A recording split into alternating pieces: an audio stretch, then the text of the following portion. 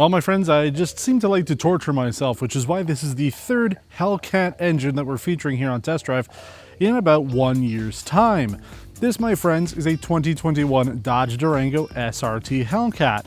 And we've talked about the new Dodge Durango, or the updated Dodge Durango for 2021. We featured the RT a little earlier in this year, but I did want to see what the Hellcat had to offer, since it is only supposed to be produced for this model year. But now I gotta decide, am I just truly embarrassed to be driving this car, or is it just the best thing I've ever done in my life? I mean, it's so hard to really understand this car without driving it. But the question here on Test Drive is usually, why make a car? And Dodge has, over the last couple of years, been asking the question, why not? Why not stick a 6.2 liter supercharged V8 engine in a family SUV? Now, if our friends at Mopar would put it in the Pacifica, we'll be talking. But anyway, we featured this now in the Trackhawk, the Jeep Trackhawk, as well as the Ram TRX. Now, MSRP for this is quite interesting. We have $126,000 in front of us here. That's Canadian, $87,000 in the States. But as of filming this, as of recording this, there are $12,700 in savings available on this car here in Canada, bring the MSRP, or at least what you would be paying at the dealership, down to about $113,000 Canadian.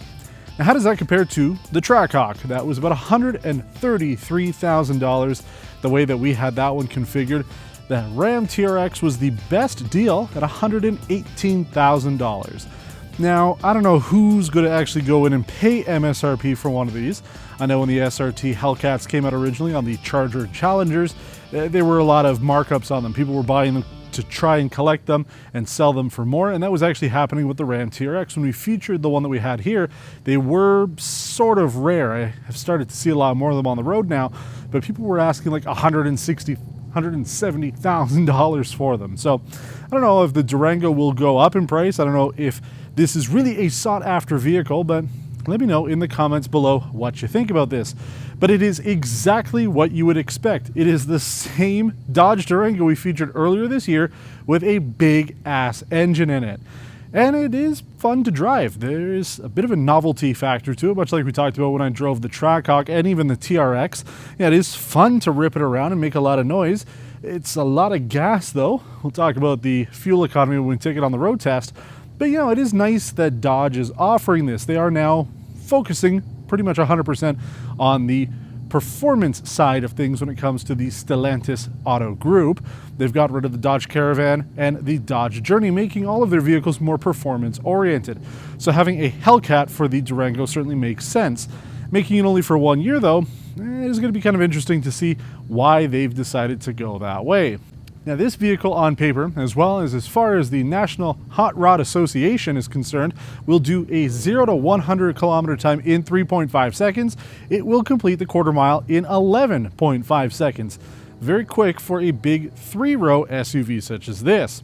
Now, the 2022s have been announced. Actually, as of filming this, it's about a month ago that they announced the 2022s on the press circuit. There's not much changing, really. The blind spot information and rear cross traffic alert package that we have on this is now going to be standard across the board for the Durango. And then depending on which trim you buy, some options become standard as well. But because this is being essentially killed off after 1 year, we can't really talk about that. But whether you're buying a 2021 or 22, if it's not the SRT Hellcat, shouldn't really matter. But we do need to take it on the road, because there's only so much I could do to talk about it in front of the car. You want to see how it is on the road. Let's figure out how much money I can waste this week driving this 2021 Dodge Durango SRT Hellcat.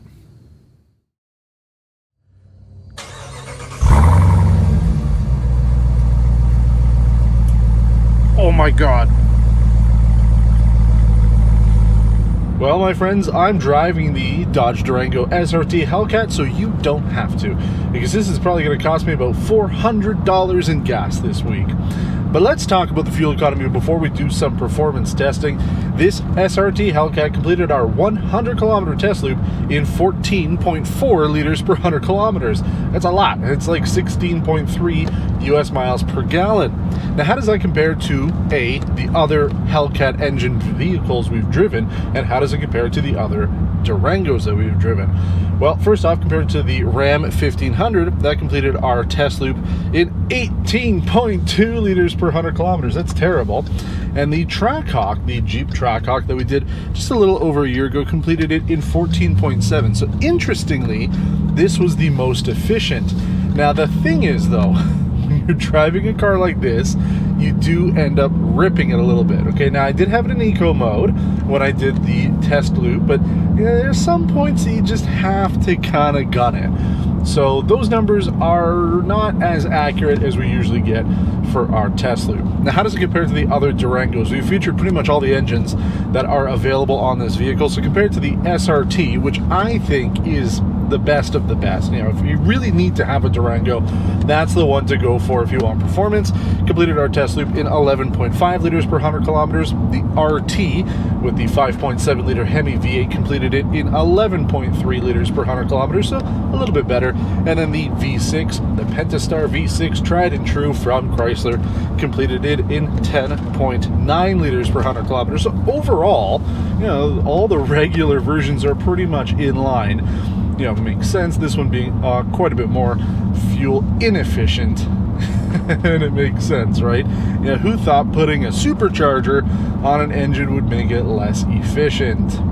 Now, you guys have been good. I do have launch control on, but like with the Trackhawk, you can't give it that much gas.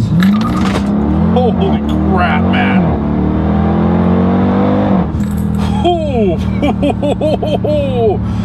Oh man, that was 4 seconds. Now, one of the issues that we had when we did this back with the Trackhawk is the brakes just can't grip enough. This has 6,700 kilometers, and I guarantee you it is 6,700 kilometers that this car has been beating the piss out of.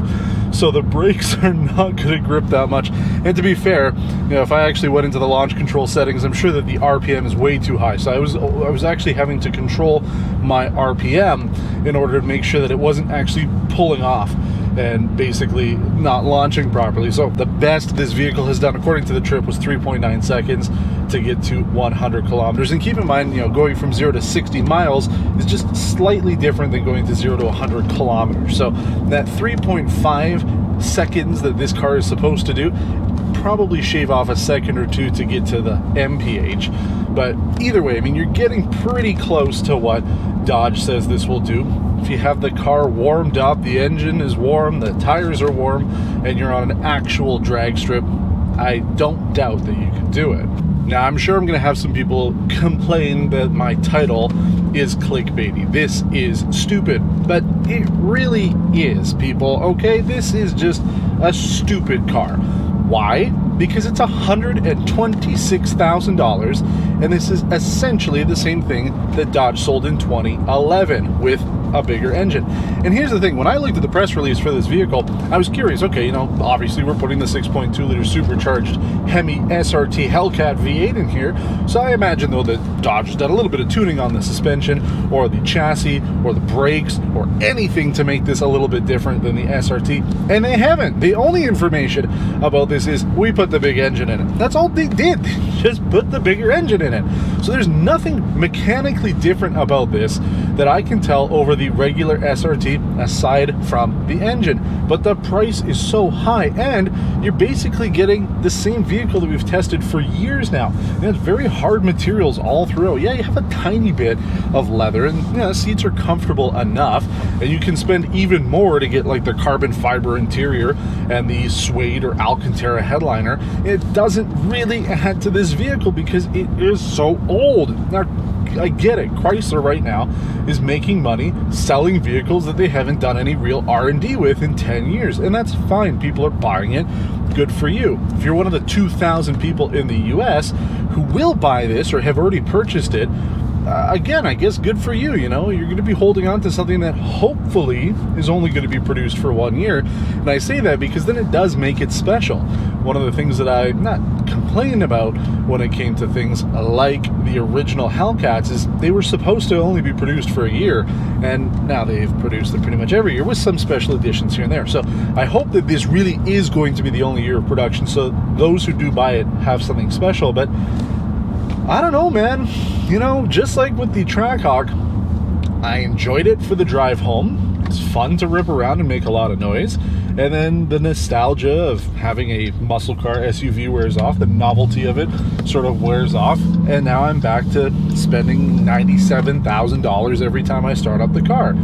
So I don't know really what to tell you about this. If it were my money, I would not buy this. Absolutely not. I would never spend $126,000 Canadian on this. I would literally buy anything else, because this is just too expensive for what you're getting out of it. In the States, at $81,000 US, $86,000 the way it's configured, maybe it makes more sense, okay? Like, what else are you gonna get in the US for about 86 grand? So I think as a US vehicle, makes a little bit more sense than it does for us here in Canada. So I just say don't buy it. You know, there really isn't anything about this aside from the engine that makes this special. And most people aren't even going to know that this is something special, because this looks identical to pretty much every other Durango out there. Maybe if they had done a refresh, like I said when we were talking about the RT before, I would be a happier camper. But I don't know. I mean, I hate to, you know, burst any bubbles out there for anybody who was thinking this was going to be, you know, their next car. You know, maybe don't necessarily listen to my opinion on it, but if it were my money, I would absolutely not buy this.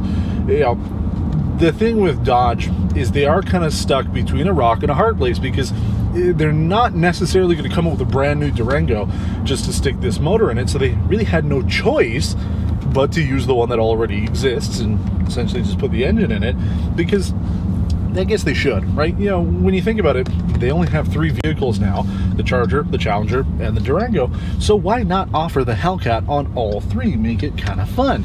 That's fine. I don't know. I don't know.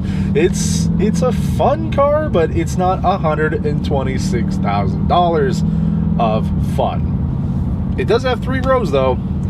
You can fit some extra people in here compared to the Trackhawk, and I guess, I mean, like, I would buy this over the Trackhawk, but ultimately the best bang for your buck comes from the Ram, because the Ram 1500 TRX is a new truck. You have a lot of tech. It's nice in there. The interior is actually worth, you know, about the $118,000 that it was when we tested it. This being more money, I just don't see it. So I'm very sorry, Mopar. Yeah, I know you guys are proud that you came out with this, but at this point, this engine's sort of becoming a one-trick pony. You're putting it in everything. Give me the Pacifica, and then we'll talk. Give me a minivan that can do 0 to 100 kilometers in 3.1 seconds, and then you know, I'll come out and buy it from you. But at this point, you know, it's exactly what I expected to be: a Dodge Durango with the Hellcat engine we've driven before, and a lot of money. That's why it's stupid.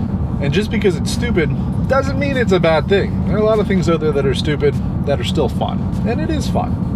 But anyway, let me know what you think about this. I'm sure anytime, as I am on test drive, when I am critical of something, I'm going to have tons of thumbs downs, but I hope you guys will actually give it a thumbs up. I hope you can understand where I'm coming from when it comes to this vehicle, and understand why I think the way that I do with this. But you know, let me know in the comments below. I do try to get back to everybody that I can, and also consider subscribing to the channel if you haven't done so already. Thanks for watching, and until next time, take care.